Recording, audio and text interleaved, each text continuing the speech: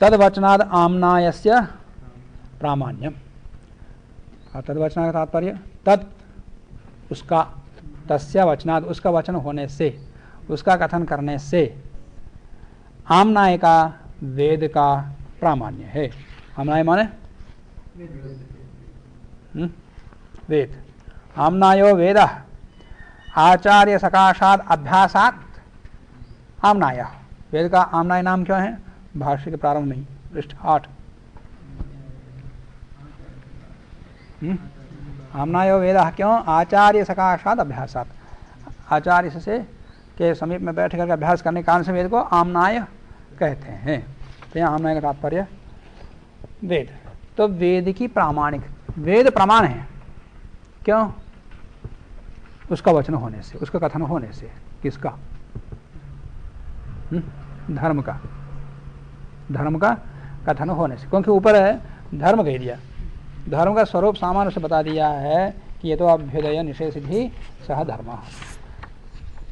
साक्ष्य में आता है कि आसन्नम संदेह, सर्वनामों के अर्थ में संदेह उत्पन्न होने पर जो आसन्न समीपस्थ निरूपित पदार्थ है उसी का ही ग्रहण होता है। तो यहाँ पर धर्म का निरूपण हुआ है। तो धर्म वचनाद, धर्म का कथन होने से आम्नायस्य वेदस्य प्रामाण्यम। समझिए। अब यहाँ धर्म का मतलब क्या हुआ? भौतिक सभी पदार्थों का गुण धर्म, गुण बताना, उसका स्वरूप बताना। मनुष्यों के कल्याण के लिए परमात्मा ने सृष्टि का निर्माण किया है। सृष्टि का निर्माण करने के पश्चात जो गुण धर्म पदार्थों में है उनका निरूपण वेद में किया। जिस प्रकार से अग्नि उष्ण है, जल शीतल है, पृथ्वी गंधावती है, जिस प्रकार से हमको प्रत्यक्ष अनुभव में आ रहा है उसी प्रकार निरूपण वहाँ किया हुआ है। तो इसका मतलब पदार्थ जो अनुभव में आ रहा है तो प्रामाणिक है। तो परमात्मा का ज्ञान दो प्रकार से हो गया, एक सैद्धांतिक, एक प्रायोगिक। जगत प्रायोगिक है और वेद सैद्धांतिक, थ्योरी। प्रैक्टिकल जगत है। तो प्रैक्टिकल स्वरूप, प्रैक्टिकल तो जो प्रायोगिक है वो तो सत्य है, प्रत्यक्ष दिख है। नहीं तो प्रयोग करने पर वैज्ञानिक ढंग से भी सिद्ध हो रहा है कि ये सब सत्य है। इसी का निरूपण जिसमें है तो ये सत्य है तो वो भी सत्य होगा। ये सत्य है तो जिसमें इसका वर्णन किया हुआ है जिस ग्रंथ में वो भी तो प्रामाणिक होगा। ये नहीं है कि यहाँ पर हमको अग्नि उष्णता गुणयुक्त है ऐसा अनुभव में आ रहा है और वहाँ उपदेश किया है शीतल है, तब तो अप्रामाणिक सिद्ध होती वहाँ पर कथन का।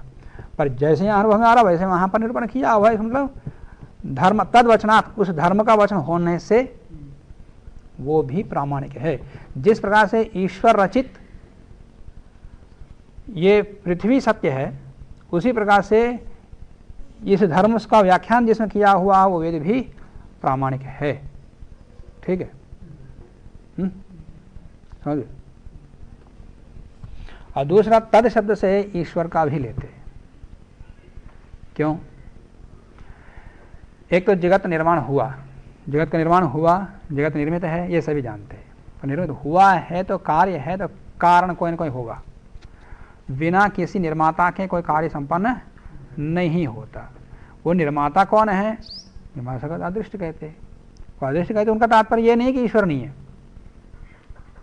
क्योंकि उनका कर्मकांड का प्रतिपादन करना, कर्मकांड का प्रतिपादन करना है तो कर्मकांड से, कर्म से उत्पन्न, याग से उत्पन्न एक अपूर्व है और उसी से वही फल देता है। इसका तात्पर्य वो स्वयं जड़ है, वो स्वयं जड़ है। जड़ किसी का कैसे उत्पन्न करेगा? इसका मतलब उसके पीछे और कोई है, अपूर्व से फल देने वाला और कोई है। अब फल तो मिलता अपूर्व से ही, कि किसी को बड़ा अच्छा सुख मिला, कोई काम कुछ नहीं करे, अपूर्व अच्छा, अदृष्ट अच्छा उसका अदृष्टवश ऐसे मिल रहा है। इसका मतलब क्या है? अदृश्य से मिल रहा है तात्पर्य ये नहीं अदृश्य से देने वाला कोई है। तो वो दे भी रहा, किस आधार पर दे रहा है? क्योंकि उसका अदृष्ट है, इसी तो दे रहा वो। तो देने वाला वो भी अदृष्ट के आधार पर ही दे रहा, और जो मिल रहा है वो अदृष्ट के आधार पर ही मिल रहा है, इसलिए ऐसे कहते। इसका मतलब ये नहीं है कि उसी से मिल रहा है, उसके आधार पर देने वाला और कोई है। तो इस प्रकार है ईश्वर सिद्ध होता। इतना बड़ा जगत, इतनी बड़ी सृष्टि का निर्माण कोई मनुष्य नहीं कर सकता। इसका निर्माता कोई ना कोई होना चाहिए। कार्य है तो निर्माता कोई ना कोई होना चाहिए। तो निर्माता है तो फिर कौन होगा? जीवात्मा या परमात्मा? जीवात्मा मान लेते तो जीवात्मा के इसमें सामर्थ्य है नहीं, तो इससे अतिरिक्त कोई है, वो भी आत्मा ही है, उसको परम विशेष जोड़ दिया, विशेष है वो, तो परमात्मा।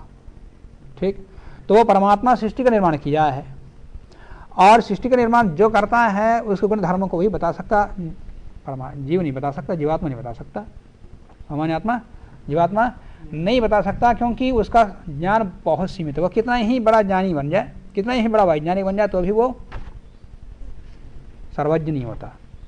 चाहे कोई कितना ही बड़ा योगी बने, कोई कितना ही बड़ा ऋषि बने, तो भी वो सर्वज्ञ नहीं होता। इसका मतलब अल्पज्ञता, भूल होने की संभावना तो रहती है। तो इसका मतलब है कि सभी ज्ञानों से सभी पदार्थों को संपूर्ण रूप से जानना, ये तो केवल परमात्मा ही कर सकता है, जिसने इसको उत्पन्न किया। तो तद्वचनात्, ईश्वर का वचन होने से, जिसने इस सृष्टि को निर्माण किया है वो प्रामाणिक है, और जिसने वेद का उपदेश किया है वो उसका वचन होने से वो भी प्रामाणिक है। तो इस प्रकार ये भी अर्थ यहाँ ग्रहण करते हैं। बहुत सारे लोग न्याय वैशेषिक को निरीश्वरवादी कहते हैं, क्योंकि ईश्वर का साक्षात उल्लेख नामतः नहीं किया, पर यहाँ पर तद्वचन से ईश्वर का भी ग्रहण करते हैं। और इसका भाष्य करते हुए प्रशस्तपाद भाष्य में तो स्पष्ट रूप से वहाँ पर ईश्वर का उल्लेख है। पर लोग कहते हैं कि ये न्याय वैशेषिक परंपरा में ईश्वर के अस्तित्व को मानना, आस्तिकता, ये तो बाद में आया, बाकी व्याख्याकार जोड़ा, मूल में नहीं है, ऐसा कहते। पर यहाँ तद्वचन से ईश्वर ग्रहण सीधा हो जाता है। अब इसकी व्याख्या देखते हैं।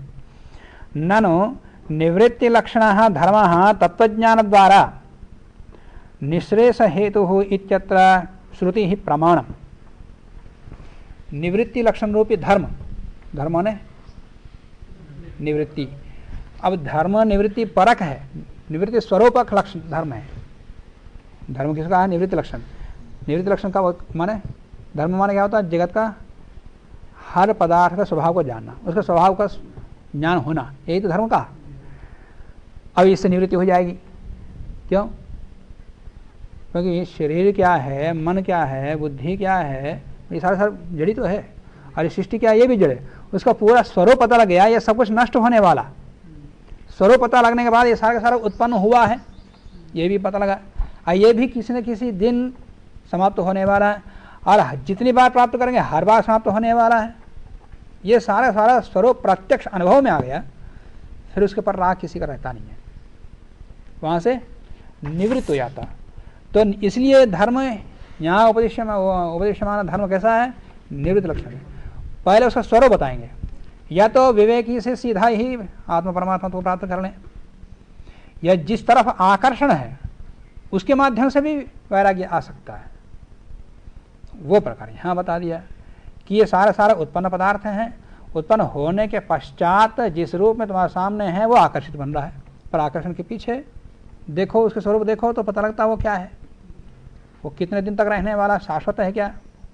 तो सारा स्वरूप पता लग जाए, फिर उसके बाद कोई आकर्षण नहीं रहता, इसलिए वो निवृत्त हो जाता, धर्म से निवृत्त हो जाता। धर्म के कारण से, धर्म मतलब उसके स्वरूप ज्ञान से निवृत्त हो गया।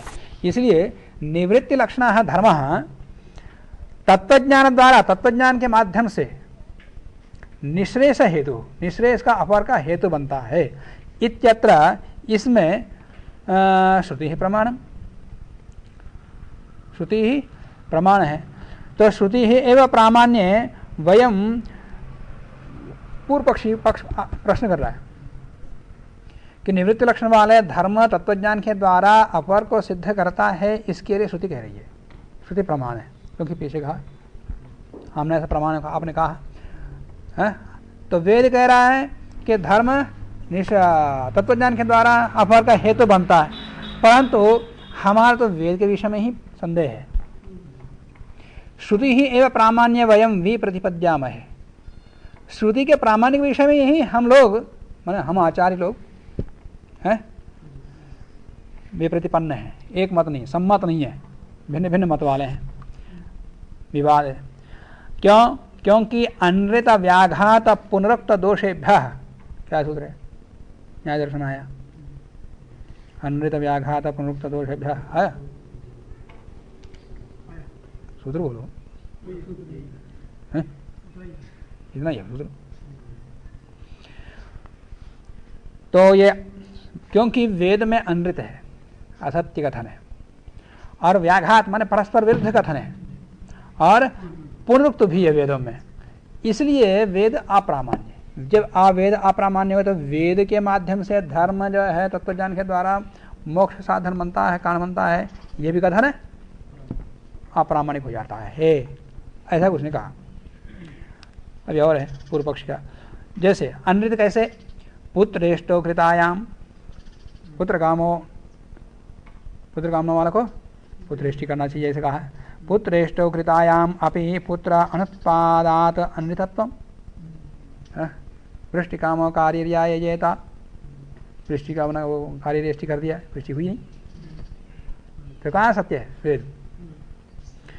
और साथ में व्याघात, उदिते जो होती अनिते जो होती, सूर्योदय के बाद अग्निहोत्र करो या सूर्योदय होने से पहले ही अग्निहोत्र करो, और समयाध्युषते जो होती माने उदितानिदित, मध्यकाल, न उदित है न अनुदित है, बीच का मध्यकाल, समयाध्युषते जो होती, ये तीन परस्पर विरुद्ध हो गए, तीनों विधान कर रहे हैं। इति विधेय प्राप्त, इस प्रकार विधि प्राप्त होने के बाद प्राप्त एवं उदितादि काले होम व्याहन्यते, उदितादि काल का विधान है परस्पर विरुद्ध है। और साथ में यह भी कह दिया, श्यावो अस्या आहुतिम अभ्यवहरति, श्याव कुत्ता, देवताओं का एक कुत्ता है, श्यावो अस्या आहुतिम अभ्यवहरति, यह उदिते जो होती, जो सूर्योदय के पश्चात होम करता है वो देवताओं का कुत्ता कुत्ता विशेष है श्याव, वो खा जाता है उसकी आहुति को। शबलो अस्य आहुतिम अभ्यवहरति, जो अनुदिते जो होती, जो सूर्योदय से पहले ही होम करता है वो शबल कुत्ता उसकी आहुति को खा जाता है। और श्याव शबलौ अस्य आहुतिम अभ्यवहरतः यह समया अध्युषते जो होती, जब बीच काल में आहुति देता है उसकी आहुति को तो दोनों को देखा जाते, तो इस पर अनिश्चित बता दिया, और तीनों में बता दिया, तीनों विधान कर दिया, तीनों को अनिश्चित बता दिया, ये परस्पर विरुद्ध है। तथा इतना ही नहीं, पुनरुक्त बताते हैं, त्रिहि प्रथमाम अनवाह त्रिहि उत्तमाम अनवाह, 11 मंत्र हैं, उनको 15 मंत्रों से आहुति देने का कहा है। तो पहले मंत्र 3 बार बोल दिया सामिधनी में, और अंतिम मंत्र को 3 बार बोल दिया, तो 15 हो गया। तो एक ही मंत्र को 3 बार मंत्र कमी है क्या, तो ऐसा विधान कर दिया, ये पुनरुक्त हो गया। इत्यानेन प्रथमोत्तम सामिधेन्यो, प्रथम और उत्तम अंतिम सामिधेन्यों का त्रिहि उच्चारण अभिधानात्, 3 बार उच्चारण करने के विधान होने से, कथन होने से, पौनरुक्त्यमेव, यह पुनरुक्त दोषी ही है। न च आम्नाय प्रामाण्य प्रतिपादकम किंचित अस्ति, इसलिए आम्नाय के प्रामाण्य प्रतिपादन करने वाला को है ही नहीं, जब इसमें असत्य है, कथन है, परस्पर विरुद्ध कथन है, पुनरुक्त दोष है, फिर इसका प्रामाण्य को सिद्ध करने वाला, प्रतिपादन करने वाला कौन है। न च आम्नाय प्रामाण्य प्रतिपादकम किंचित अस्ति, नित्यत्व विप्रतिपत्तो, इस प्रकार विप्रतिपत्ति के बने रहने से, नित्यत्व विप्रतिपत्तो या वेद नित्य है, इसमें भी विप्रतिपत्ति है, कोई नित्य कहता, कोई अनित्य कहता, कोई शब्द को नित्य कहता, कोई शब्द को अनित्य कहता। नित्यत्व विप्रतिपत्तो नित्य निर्दोषत्वम अपि संदिग्धम, इसका नित्यत्व भी संदिग्ध है और इसका निर्दोषत्व भी संदिग्ध है, दोष सामने दिखा दिया। पौरुषेयत्वे तु भ्रम प्रमाद विप्रतिपत्ति करण आपाटवादी संभावनया आप्तोक्तत्वम अपि संदिग्धम एव इति न निःश्रेयसम, न वा तत्र तत्त्वज्ञानं द्वारं न वा धर्मः इति सर्वम् एतद् आकुलम। आक्षेप कर दिया, पौरुषेयत्व यदि किसी पुरुष के द्वारा निर्मित है तो वहाँ पर भ्रम की संभावना पूरी बनी रहती है। प्रमाद, पुरुष का प्रमाद तो बना ही रहता है, प्रमादहीन कभी हो ही नहीं सकता। विप्रतिपत्ति प्रतिपन्न भिन्न भिन्न मत होना, जैसे शास्त्र आचार्य ने बना दिया उसमें भिन्न भिन्न मत हैं व्याख्याकारों के अनुसार। तो भ्रम प्रमाद विप्रतिपत्ति कारण इस प्रकार के देखे जाने कारण से अपाटवादी मान अकुशलता आदि संभावना होने कारण से आप्तवाक्यों में भी इस प्रकार देखा जाता है। यदि इसको वेद आप्तवाक्य होने कारण से प्रामाणिक है तो वो भी ठीक नहीं है। आप्तोक्तत्वम अपि संदिग्धम एवं, आप्तोक्त शब्द प्रमाण होता है इसमें भी संदेह है। इति न निश्रेषम, इसलिए धर्म द्वारा तत्वज्ञान से निश्रेष प्राप्त होता है। जो वेद कह रहा है वो निश्रेष नहीं है, वो सिद्ध नहीं होता। न व तथा तत्वज्ञानम द्वारम, न ही तत्वज्ञान वहाँ माध्यम है, मध्यम साधन है। न व धर्म है, न धर्म है, न धर्म तत्वज्ञान के माध्यम से निश्रेष को सिद्ध करता है। इति सर्वम एतद आकुलम, ये सब कुछ मन में रख करके अतः आह तद्वचनात्, ये कहा वेद की प्रमाणता शब्द प्रमाण से नहीं कह रहा हूं, उसके धर्म का वचन होने से प्रमाण है। वेद की प्रामाणिकता धर्म का वचन होने से, धर्म का कथन होने से, धर्म का निरूपण होने से वेद प्रमाण है। धर्म का तात्पर्य स्वरूप, हर एक पदार्थ स्वरूप, ये ले लो अभी। तो तद इत्यान इति अनुक्रांतम, तद से यहाँ क्या लेना है? तद अनुक्रांतम जो प्रारंभ किया गया है, अनुक्रांतम अपि प्रसिद्धि सिद्धतया ईश्वरम परामृशति। यहाँ तो पहले तो ईश्वर को ही ले रहे हैं, ये तद से ईश्वर को ही ले रहे हैं। तद इति अनुपक्रांतम, उपक्रांत नहीं, यहाँ ईश्वर का प्रकरण होने पर भी, यहाँ को ईश्वर का प्रसंग ही नहीं आया, तो तद से ईश्वर ग्रहण कैसे करते? तो उपक्रमण ना होने पर भी, प्रारंभ ना होने पर भी ईश्वर ग्रहण हो जाता। कैसे? प्रसिद्धि सिद्धतया, प्रसिद्धि से सिद्ध है, तो प्रसिद्धि सिद्धतया ईश्वरम परामृशति, ईश्वर की सिद्धि हो जाती है, ईश्वर ग्रहण हो जाता है। यथा, जैसे उदाहरण बता रहे हैं, ऐसे कैसे?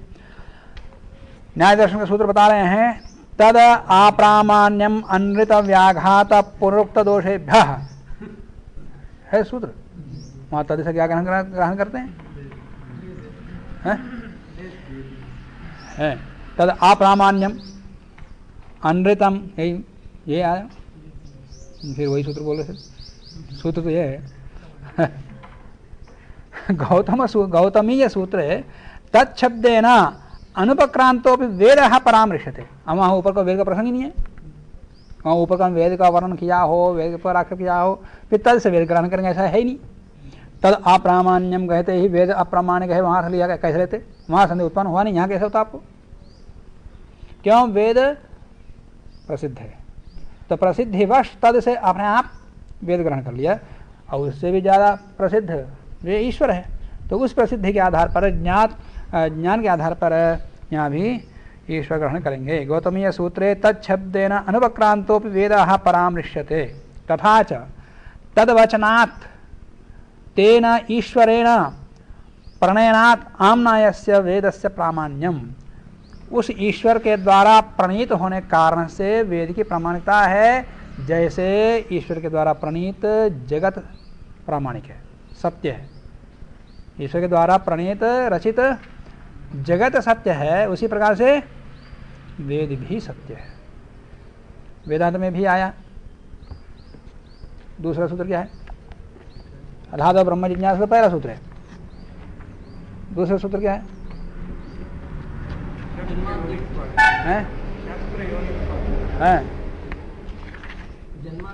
जन्माद्यस्य यतः,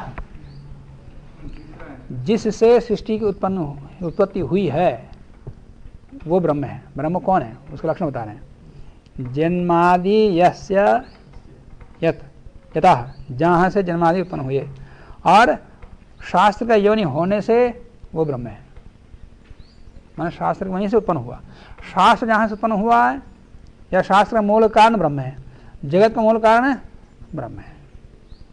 ये चार सूत्रों का ही उनके पूरा सिद्धांत चतुसूत्री कहते हैं। अधाद ब्रह्मज्ञासा जन्माद्यस्य यतः शास्त्र योनित्वात् तत्व समन्वयात्।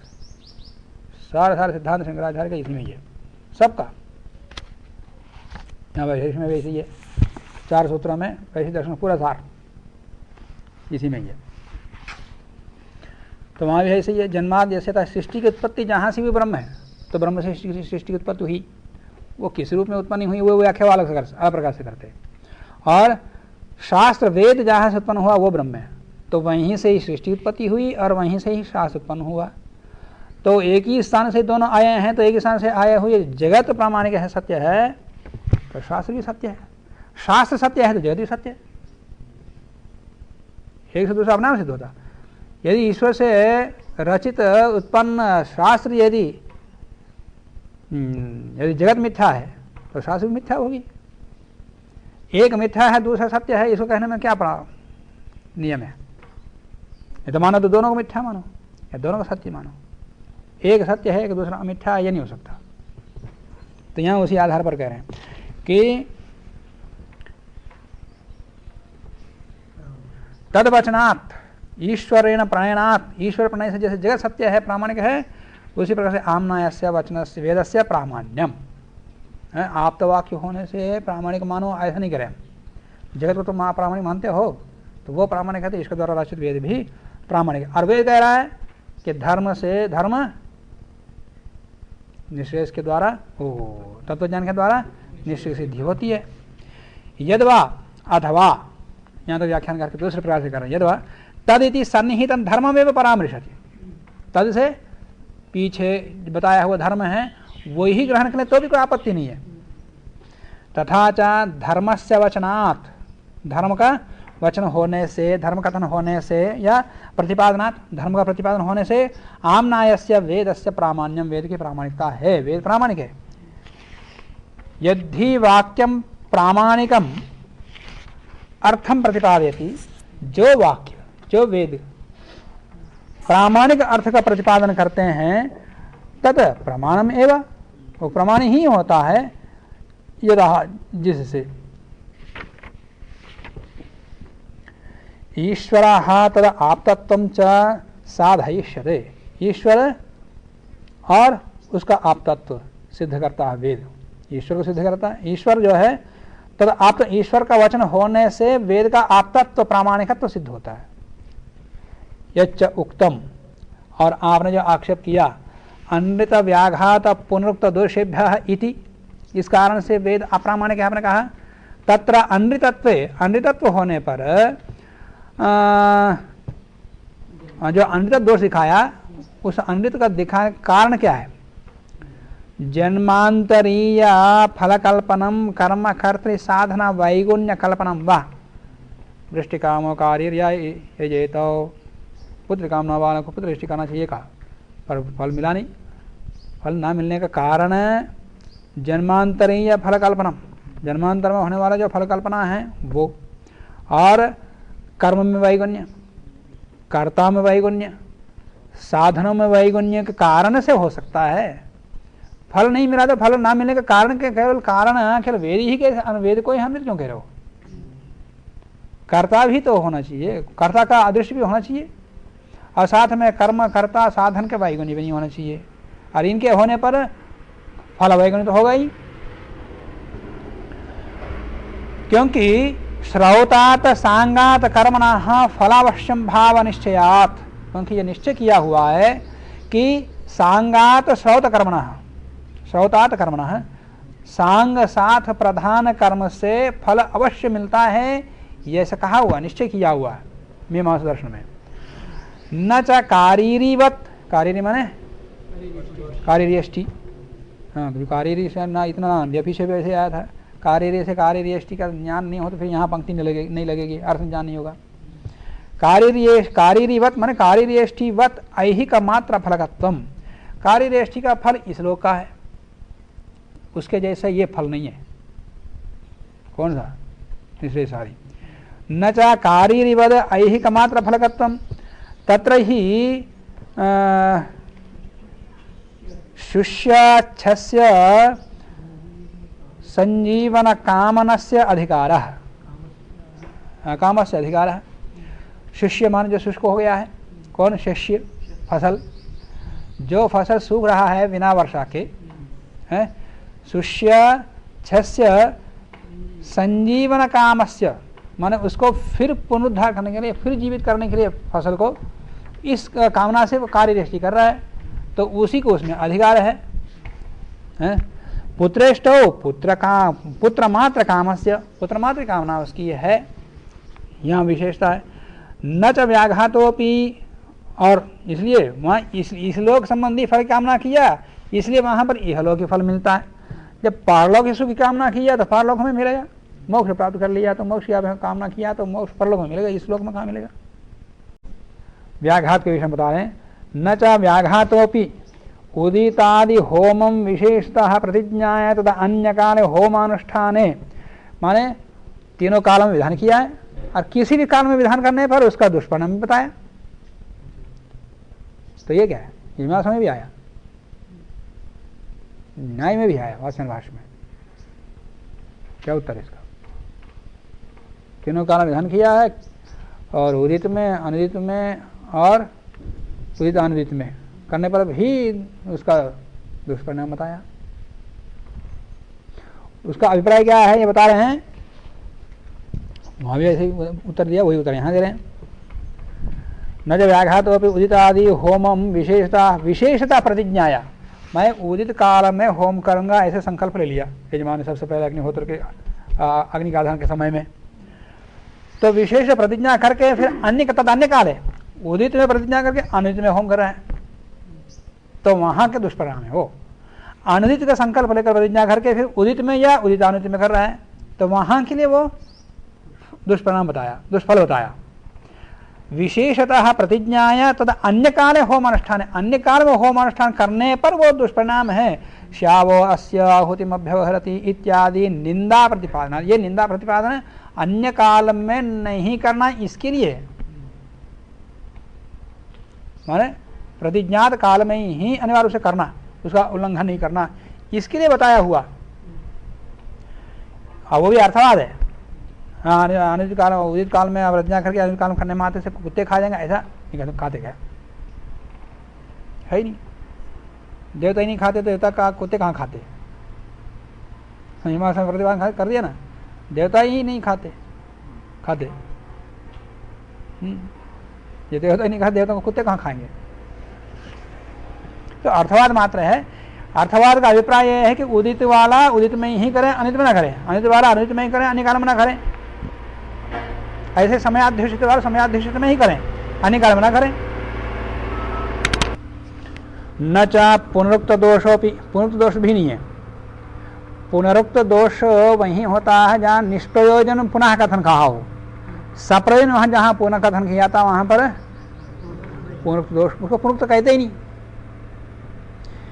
एकादश सामधेने नाम प्रकृतो पाठात, वेद में तो मंत्र पाठ 11 के 11 मंत्र वहां पठित हैं, परंतु विधान ये किया है पंचदशावरेण वाक वज्रेण अवबाधे तम इमं भ्रातृव्यम। पंचदशावरण पर 15 रूपी 15 मंत्र रूपी जो आवरण है और वाक वज्र है, ऐसे मंत्रों के द्वारा अवबाध है तम इमं भ्रातृव्यम, शत्रु को बाधित कर दिया। तो इस अर्थवाद से 15 मंत्रों से सावधानी पढ़ना चाहिए, विधान किया हुआ है। तो मंत्र 11 है, 15 कहाँ से करेंगे? विधान किया हुआ है, इसलिए वहां पर आवृत्ति करना वो पुनरुक्त नहीं है वो। इत्यत्र सामिधेनीनाम पंचदशत्वस्य प्रथमोत्तम सामिधेन्योः त्रिहि अविधानम, 3 बार कथन करना, इसके बिना 3 बार कथन किए बिना त्रिहि अविधानम अंतरेण अनुपत्ते है। तो फिर नहीं तो 11 मंत्र पढ़ोगे तो फिर विधान व्यर्थ हो जाता, ब्राह्मण ग्रंथों में जो कहा हुआ है वो व्यर्थ हो जाता, इसलिए उसकी चरितार्थ के लिए उसकी आवृत्ति कर लेते, नहीं तो अन्यथा उपत्ति ना होने से अनुपत्ते है तथा विधानम, इसलिए वैसा कहा जाता है, ये कोई पुनरुक्त नहीं है। इस प्रकार से तीसरे सूत्र की व्याख्या हो गई। विवृत्तिकार ने तो यहां तक कह दिया तद शब्द ईश्वर का वाचक है, तद से ईश्वर का परामर्श नहीं करना, वो ईश्वर का ही वाचक है। वृत्ति के अंतिम से चौथी पंक्ति, यद्वा ईश्वरवाचकम एव तत्पदम, ओम तत्सत बोलते हैं, ओम भी वही है, तद भी वही है, सद भी वही है। ओम तत्सद इति निर्देशाः ब्रह्मणः त्रिविधाः स्मृताः इति वचनात्। ऐसा आचार्य में कहा हुआ है कि ब्रह्म को ओम से भी कह सकते, तद से भी कह सकते, सद से भी कह सकते। तो तद शब्द ब्रह्म का ही वाचक है, बिना प्रसंग के ईश्वर कहाँ से लेके आते हैं, कहीं से लाने की जरूरत नहीं है, तद शब्द स्वयं ईश्वर को वाचक है। इति वचनात् तथा च नित्य सर्वज्ञ निर्दोष पुरुष प्रणीतत्वाद वेदस्य, माने नित्य है, ईश्वर नित्य है तो ईश्वर का वचन भी नित्य है, ईश्वर सर्वज्ञ है तो उसका वचन भी सर्वज्ञ है, ईश्वर में कोई निर्दोष नहीं है तो इसमें भी निर्दोषता है। और पुरुष प्रणीतत्वाद, माने पुरुष यहाँ था पुरुष विशेष ईश्वर, निर्दोष पुरुष, इस प्रकार नित्य पुरुष, सर्वज्ञ पुरुष, निर्दोष पुरुष के द्वारा प्रणीत होने से वेदस्य प्रामाण्यम अवश्यमेव अभ्युपेयम इत्यर्थः, उसके प्रमाण को अवश्य स्वीकार करना ही चाहिए। तो इसलिए वेद के द्वारा प्रतिपादित धर्म ही यहाँ पर हम निरूपण कर रहे हैं। और धर्म आभ्यधिक सुख के लिए साक्षात कारण है और निश्रेयस के लिए तत्वज्ञान के माध्यम से कारण है। ये जो कहा हुआ है न च एषाम उपदिष्टाः अर्थ मिथ्या, वेद के द्वारा कथित जो उपदेश है ये मिथ्या नहीं है, सत्य है। प्रमाणम तद्वचन, प्रमाणम प्रमाणम कह करके तद्वचना रामना ऐसा प्रमाणम कह कर कह रहे हैं, ये मिथ्या नहीं है। कौन कह रहा है? भाष्यकार कह रहे हैं। पृष्ठ 9 में नीचे से 7वीं पंक्ति, न च एषाम उपदेष्टाः अर्थः मिथ्या। वो एषाम क्या है ऊपर पढ़ लेना, क्या क्या उपदेश है। धर्म का विषय में प्रशस्त का भाष्यकार कहते हैं धर्मः पुरुष गुण, पुरुष का गुण है, क्या है वो? अदृष्टि होता। कर्तुः प्रिय हित मोक्ष हेतु, कर्ता का वो प्रिय है और हित है और मोक्ष का कारण है। वो कौन? वही धर्म। अतीन्द्रिय हो, वो अदृष्ट किसी इंद्रिय के द्वारा गृहीत नहीं होता। और अंत्य सुख संविज्ञान विरोधी, और अंतिम सुख को प्राप्त कर, माने जिस अदृश्य से जो सुख प्राप्त होना है उस फल को देकर के वो अदृश्य समाप्त हो जाता है। तो अंतिम सुख का वो विरोधी है। वो अंत्य सुख संविज्ञान, अंतिम सुख का जो विज्ञान है, अनुभव है, उसका विरोधी है वो, माने प्रतियोगी है। वो बहुत होने वाला है। पुरुष अंतःकरण संयोग विशुद्ध अभिसंधिजा, और पुरुष का अंतःकरण के संयोग से विशुद्ध अभिसंधि से उत्पन्न होने वाला, माने पुरुष का अंतःकरण और विशुद्ध ज्ञान के संयोग से उत्पन्न होने वाला हो। पुरुष अंतःकरण के संयोग और विशुद्ध ज्ञान से उत्पन्न होने वाला। वर्णाश्रमी नाम, वर्णाश्रमियों का माने 4 वर्णों का और 4 आश्रमों में रहने वाले, उनके प्रति नियत साधन निमित्त, उनका हरेक वर्ण का, हरेक आश्रमियों का उनका नियत धर्म अलग अलग है। प्रति नियत साधन निमित्त तस्य तु साधनानि श्रुति स्मृति विहितानि, और उस धर्म के साधन है श्रुति है, स्मृति के द्वारा विहित जो वर्णाश्रमी नाम सामान्य विशेष भावेन अवस्थितानि, उन वर्णाश्रमियों का सामान्य विशेष भाव से अवस्थित जो द्रव्य गुण कर्म है वही धर्म है। तो द्रव्य गुण कर्म इनका स्वरूप बताना ही धर्म है। आगे और धर्म के स्वरूप के विषय में आगे चर्चा है। ऐसा ही धर्म, और इन्होंने धर्म को गुणों में रखा। तो याद रखना, धर्म भी एक गुण है। किसका है? आत्मा का।